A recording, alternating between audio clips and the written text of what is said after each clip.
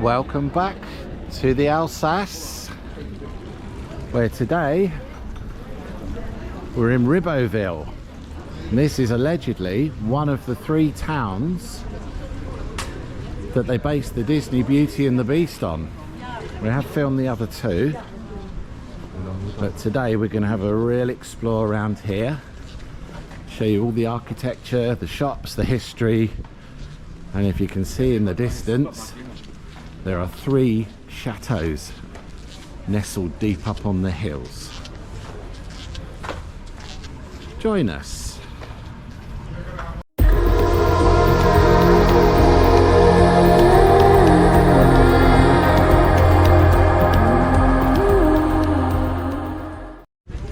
Ribeauville is a real jewel in the crown in the Alsace.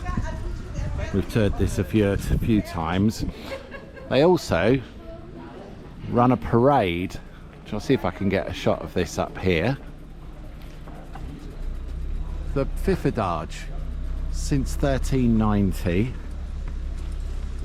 If you go back on our videos, we actually filmed this year's parade. It is absolutely stunning. So we're going to begin our tour. I'm going to go quiet, make a cup of tea and enjoy.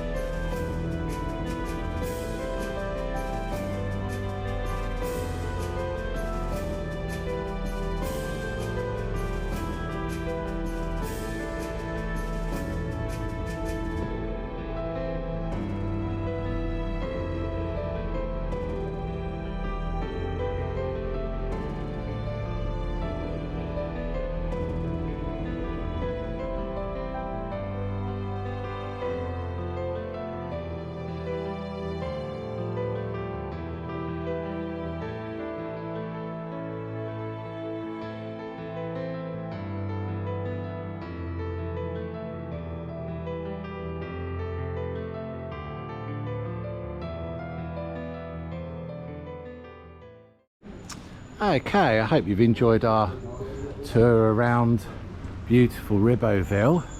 I'm now going to give you some tips and advice on things we know and that we've found. One of which is, when you come up the top here, keep walking, but stay right. As you get to the very top, it'll come to a dead end. And if you keep walking on the right, you'll come right at the end to a working textile mill. Also, best views of the chateaus are up there. So it's a bit noisy. This is on the delivery area of the vineyard. Talking of which, first tip, don't buy your wine in the shops. Gonna give them a bit of promotion. Head to one of the wine manufacturers. In this case, we're gonna go to Jean Sip. And I don't know if you managed to see, as we were walking up the back, his vineyards. And also, as we came to his glorious gates here earlier, managed to catch one of his workers actually making the wine, which was very cool. So we're going to sneak our way in, and I'll show you the difference in buying it straight from the producers rather than the shops.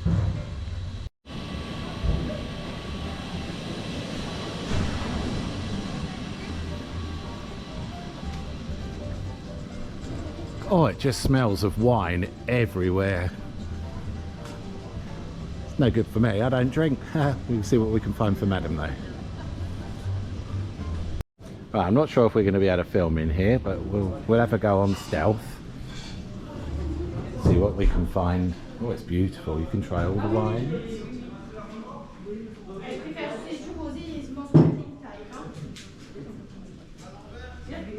Oh, sorry, you said no. Sideways clip coming up. Where's the spittoon? Okay, so we got a sampling, or Madam did, and decent bottle of red, straight off the vineyards. A little bit more, it is a bit finer this one, but still only 14 euros, so 11-12 pounds for a decent bottle of wine. On the high street here, 20-30 euros. Okay, next top tip, you want a cup of coffee. Going down the town, it gets busy, busy, busy. Head about 3/4 of the way up here to this fountain, and you have the Hotel Restaurant du Mouton. Part of the chain lodges. We've been to these before. Lovely little terrace, you can generally get a seat, table service, and you're more than welcome just to stop and have nothing more than a nice espresso. Okay, next top tip, accommodation. Head up towards 3/4 of the way up the town. Boulangerie Medieval. These guys upstairs have got two themed suites. One's medieval, one's romantic.